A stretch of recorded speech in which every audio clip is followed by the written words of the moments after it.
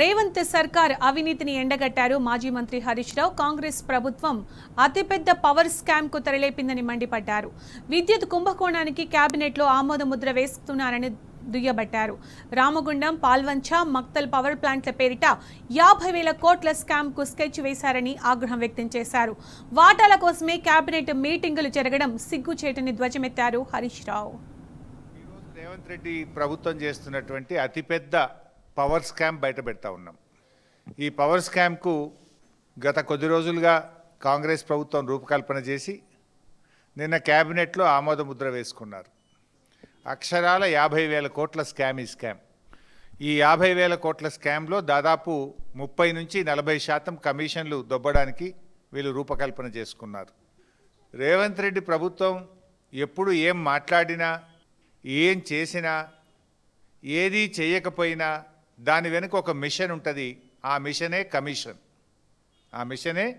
Commission. ఉత్తగా ఏం చేయడిగా ప్రతి దాని వెనుక ఒక మిషన్ ఉంటుంది. ఆ మిషన్ కమిషన్. ఇది రేవంత్ రెడ్డి ప్రభుత్వం అంటే జనరల్గా ఏ గవర్నమెంట్ అయినా క్యాబినెట్ పెట్టుకున్నా ప్రజలకు ఎట్లా మేలు చేయాలి, రాష్ట్రాన్ని ఎట్లా ముందుకు తీసుకుపోవాలి అని ఏ ప్రభుత్వమైనా ఆలోచిస్తుంది. కానీ రేవంత్ రెడ్డి ప్రభుత్వం మాత్రం తమకు తాము ఎట్లా మేలు చేసుకోవాలి, ఏ ప్లాన్ చేసి కమిషన్లు కొల్లగొట్టాలి, వాటాలు ఎట్లా పంచుకోవాలని మాత్రమే ఆలోచించే ప్రభుత్వం రేవంత్ రెడ్డి ప్రభుత్వం. గౌరవ తెలంగాణ గారు 2023 అసెంబ్లీ ఎన్నికల ముందు ఒక విషయాన్ని చాలా స్పష్టంగా చెప్పారు. కాంగ్రెస్కు అధికారం ఇస్తే రాష్ట్రంలో అరాచకం రాజ్యం వెళ్తుంది అని కేసీఆర్ గారు చెప్పిన మాట ఇవాళ అక్షర సత్యమని తేలింది. జనరల్గా ఇప్పుడు మనం చూస్తుంటాం కాంగ్రెస్ గవర్నమెంట్లో బయట ఈ మధ్య వాటాల కోసం మంత్రులు దండుకునే విషయాన్ని కూడా చూస్తున్నాం. స్వయంగా క్యాబినెట్ మంత్రుల కుటుంబ సభ్యులే రోడ్ల మీదకి వచ్చి వాటాల విషయాల్లో వచ్చిన తేడాలు వాళ్ళే చెప్తున్నారు, మేం చెప్పడం కాదు.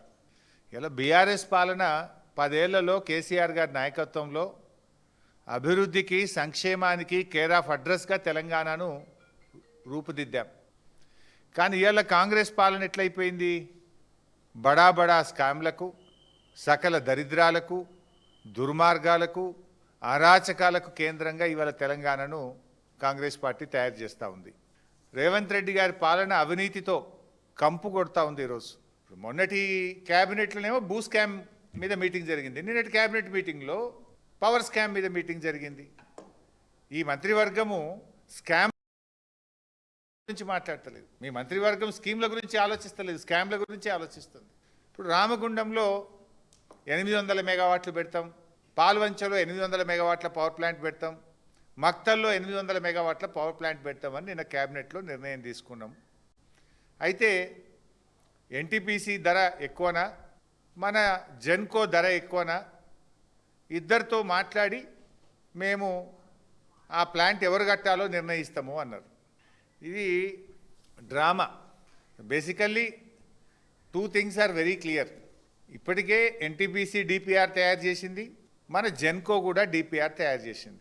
జెన్కో ధర ఎంతనో నీకు తెలుసు, ఎన్టీపీసీ ధర ఎంతనో నీకు తెలుసు. కుల్లా ఉన్నది. నంబర్ 1. నంబర్ 2, ఎన్టీపీసీ అనేది ఈపీసీ కింద అది కాంట్రాక్ట్ సంస్థ కాదు, కట్టి ఇవ్వడానికి అది కాంట్రాక్ట్ సంస్థ కాదు. ఎన్టీపీసీ అసలు నిర్మాణమే చేయదు. తనకు కోసం తాను విద్యుత్ ఉత్పత్తి చేసే ప్లాంట్ కట్టి విద్యుత్ సరఫరా చేస్తుంది తప్ప ఇతరుల కోసం ప్లాంట్ కట్టేది కాదు. అంతా తెలిసిన ఓ డ్రామా రేవంత్ రెడ్డి గారు, అంటే డైవర్షన్ పాలిటిక్స్.